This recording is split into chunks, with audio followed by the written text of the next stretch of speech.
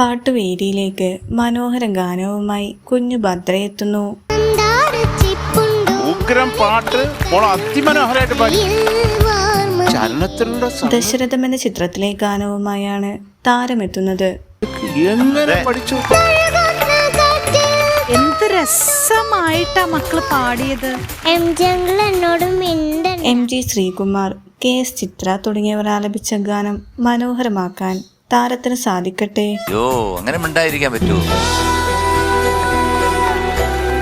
പാട്ടുവേദിയിലേക്ക് മനോഹര ഗാനവുമായി സനിക എത്തുന്നു. ഇതുവരെ പാടിയിൽ വെച്ചിട്ട് നല്ല ഡൈനാമിക്സ് ഒരുപാട് കൊണ്ടുവന്ന ഒരു പാട്ടാണ്. റോസ് ബ്ലൂ റോസ് എന്ന ചിത്രത്തിലെ ഗാനവുമായാണ് താരമെത്തുന്നത്. ചരണത്തില് അകല നിലാവിൻ അത് ബ്യൂട്ടിഫുൾ ആണ്, super, out of the world ആണ്.